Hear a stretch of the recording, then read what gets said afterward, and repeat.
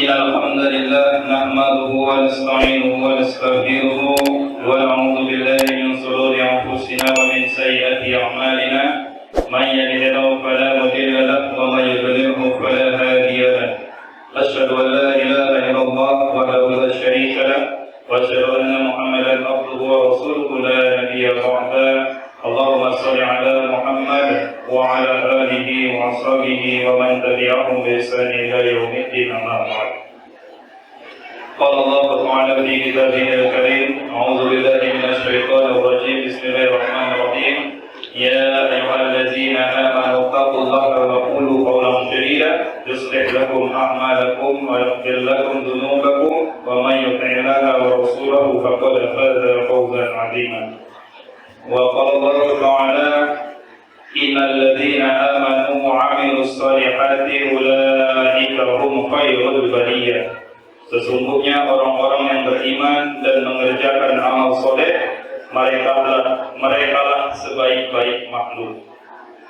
Bapak Ibu, jamaah salat isya dan tarawih yang dirahmati Allah Subhanahu wa taala, mari senantiasa kita meningkatkan ketakwaan kita kepada Allah Subhanahu wa taala, meningkatkan ibadah kita kepada Allah Subhanahu wa taala, terutama di bulan Ramadan ini. Bapak Ibu, banyak sekali ibadah yang kita kerjakan, mulai dari sholat fardu, kemudian sholat sunnah termasuk tarawih, kemudian kita kerjakan juga puasa wajib, dan di akhir dari Ramadan ini nanti ada kewajiban kita yang terakhir di bulan Ramadan, yaitu membayar zakat. Kemudian di antara ibadah itu juga Bapak Ibu, di bulan Ramadan ini amalan yang sangat dicintai juga oleh Rasulullah SAW, yaitu berinfak.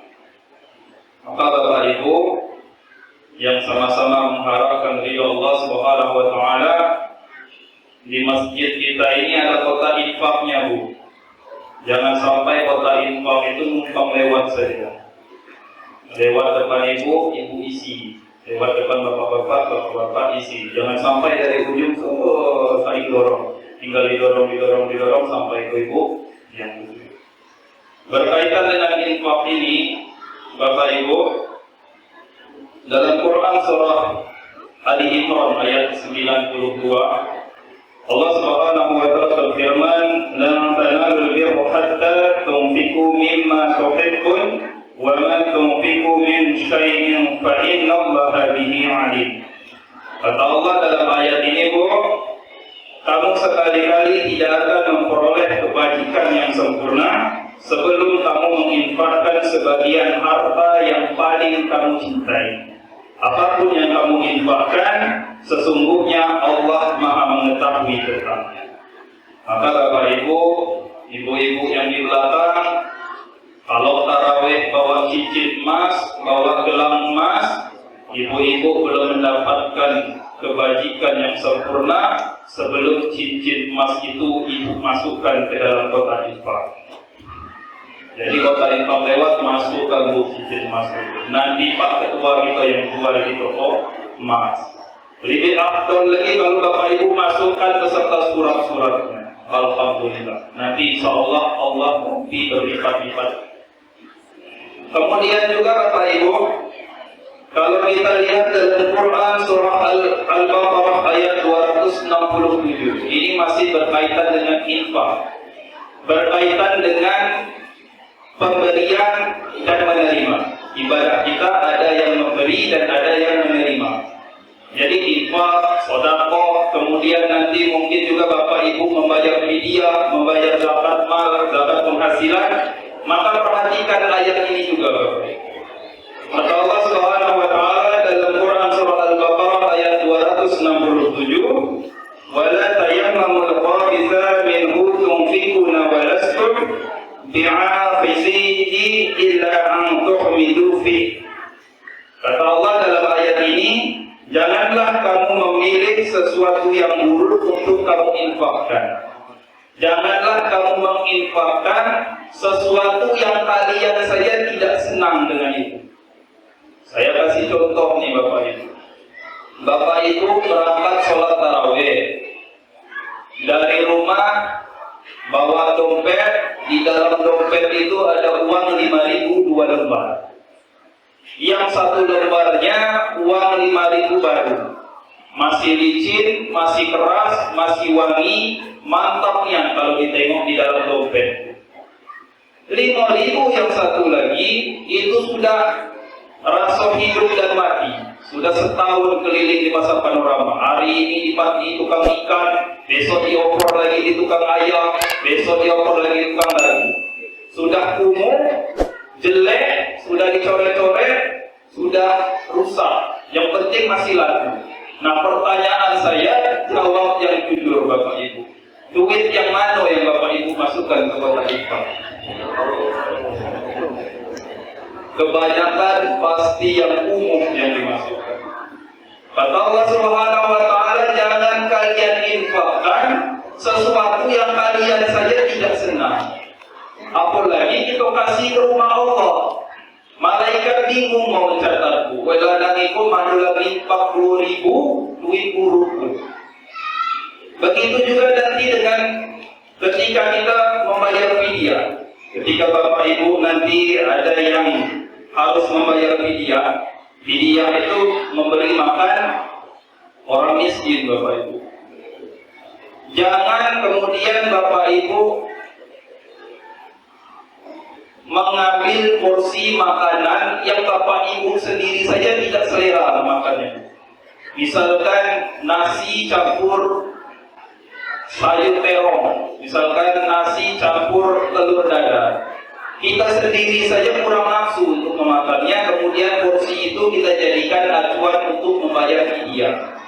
Maka ambillah porsi yang kita sendiri, kalau makan porsi itu, maka kita semangat untuk menyantapnya. Misalkan nasi padang, pakai gulai rendang, ada jeruknya, kemudian pakai teh tawar. Nah, totalkanlah berapa harganya itu, itulah yang kita bayar ke fakir miskin, Bapak.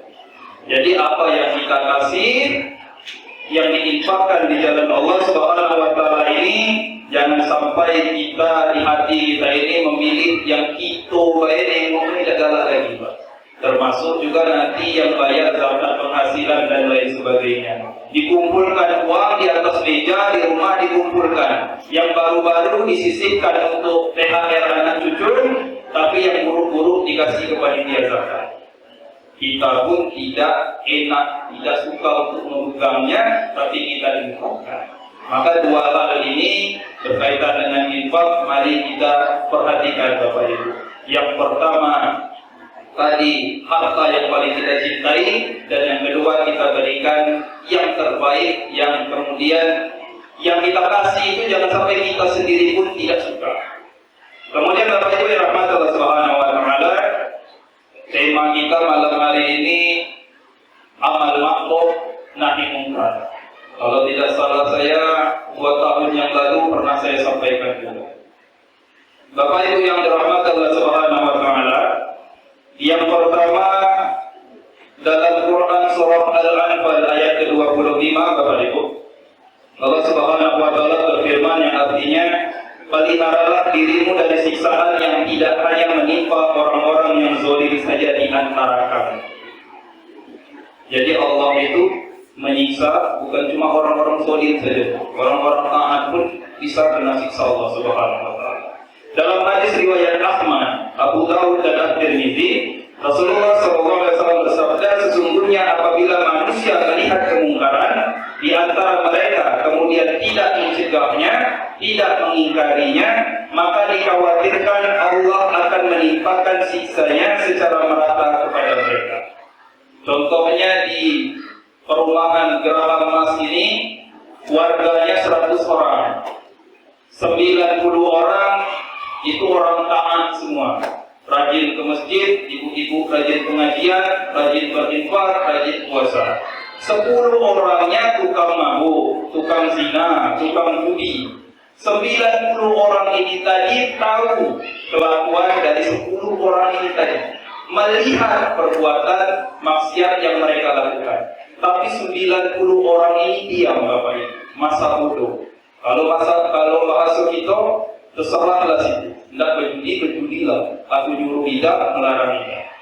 Maka ketika Allah murka kepada itu, ketika Allah kirimkan azab, Allah tidak memikirkan lagi mana rumah yang 90 orang dan mana rumah yang 10 orang. Allah tidak memikirkan lagi, tidak membedakan lagi mana rumah Pak Imam, mana rumah pelaku zina, mana rumah Pak Khotib, mana rumah pelaku judi. Semuanya diratakan oleh Allah Subhanahu wa taala. Kemudian ada ungkapan dari Ali bin Abi Thalib radhiyallahu taala anhu berkata, kezaliman akan terus ada bukan karena banyaknya orang jahat, tapi karena diamnya orang baik. Kemudian juga kalau kita lihat dari salah satu hadis riwayat Bukhari, malaikat Jibril pernah diperintahkan Allah untuk menghancurkan sebuah negeri. Kemudian kata malaikat Jibril, ya Allah, di negeri itu ada si fulan, ada si A, ada si B, ada yang taat, ada yang rajin puasa, ada ibu-ibu yang rajin pengajian. Apakah mereka kena juga? Kata Allah, mulai dari mereka dulu. Bahkan Allah menyuruh Bapak Ibu memerintahkan malaikat Jibril itu untuk menghancurkan negeri itu. Yang merasakan terlebih dahulu adalah orang-orang taat ini dulu. Dari orang-orang taat dulu yang dihancurkan, baru yang pelaku-pelaku maksiat. Dan ini terjadi Bapak Ibu bukan tanpa alasan. Mereka taat, mereka puasa, mereka ibadah kepada Allah, tapi ibadah itu mereka lakukan hanya untuk diri mereka sendiri. Dan inilah yang harus kita hindari, Bapak. Jangan sampai kita rajin sholat, tiap hari sholat, rajin puasa, tiap hari puasa, rajin infak, rajin ibadah, tapi untuk diri kita sendiri. Bapak-bapak rajin sholat, tapi ketika sampai di rumah istri dan anaknya tidak sholat. Bapak-bapak rajin puasa, anaknya tidak puasa. Ibu-ibu rajin sholat, rajin puasa, anaknya tidak puasa. Dan bapak ibu diam. Dan inilah yang akan mengundang murka Allah Subhanahu wa taala. Dan apa yang harus kita lakukan Bapak Ibu? Yaitu yang terdapat dalam hadis riwayat Muslim. Salah satu hadis dari Abu Sa'id Al-Khudri radhiyallahu taala anhu berkata, Rasulullah sallallahu alaihi wasallam bersabda, "Man ra'a minkum munkaran falyughayyirhu bi yadihi, fa in lam yastati' fa bi lisanihi, fa in lam yastati' fa bi qalbihi wa dzalika 'ala kulli iman." Kata Rasulullah, kalau Bapak Ibu melihat sebuah kemungkaran, melihat kemaksiatan, maka ubahlah dengan tangan. Maksud dengan tangan ini Bapak Ibu dengan kekuasaan. Kalau terjadi di masjid ini, maka ketua masjid, Pak Imam yang punya kekuasaan untuk mencegah. Kalau di rumah, anak yang tidak puasa, anak yang bermaksiat, maka suami atau ayah yang punya kekuasaan. Kalau di RT ini yang terjadi maksiat, maka Pak RT punya kekuasaan. Maka ubahlah kemungkaran itu, kemaksiatan itu dengan kekuasaan terlebih dahulu.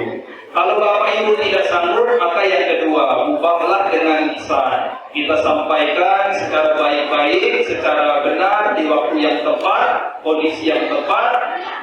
Kita ajak ke jalan kebaikan orang-orang yang bermaksiat itu. Tapi kalau tidak juga, maka yang terakhir Bapak Ibu, yang terakhir ingkarilah dengan hati, maka itulah tanda sekecil-kecilnya iman. Kalau Bapak Ibu melihat sebuah kemungkaran, tapi hati Bapak Ibu tidak risih melihat kemungkaran itu, kalau Bapak Ibu tidak risih melihat anaknya tidak puasa, maka itulah tanda sekecil-kecilnya iman, kata Rasulullah. Maka Bapak Ibu yang rahmatullah subhanahu wa ta'ala, intinya Bapak Ibu jangan mau masuk surga sendiri. Wasiqal ladzina taqaw rabbahum ila jannati zumar. Kata Allah dalam Quran surah Al-Zumar, orang-orang yang bertakwa akan dimasukkan ke dalam surga secara berombong-rombongan. Kalau Bapak Ibu ada di rombongan itu, maka mari kita berusaha bagaimana anak-anak kita pun ada, saudara kita ada, tetangga kita ada. Caranya adalah dengan beramal ma'ruf nahi munkar. Kalau memang anak kita, saudara kita, keluarga kita masih ada yang berbuat maksiatan, maka mari kita cegah sehingga mereka kembali kepada jalan yang benar, kembali taat kepada Allah, kembali bertakwa kepada Allah, dan insya Allah nantinya kita dikumpulkan di dunia ini dengan orang-orang yang kita sayangi, dan nanti Allah Subhanahu wa taala mengumpulkan kita lagi di surga Allah Subhanahu wa taala. Bapak Ibu, demikian yang dapat saya sampaikan. Semoga bermanfaat bagi kita semua. Lebih dan kurang saya mohon maaf. Kalau saya menampun, saya akhiri. Wassalamualaikum warahmatullahi wabarakatuh.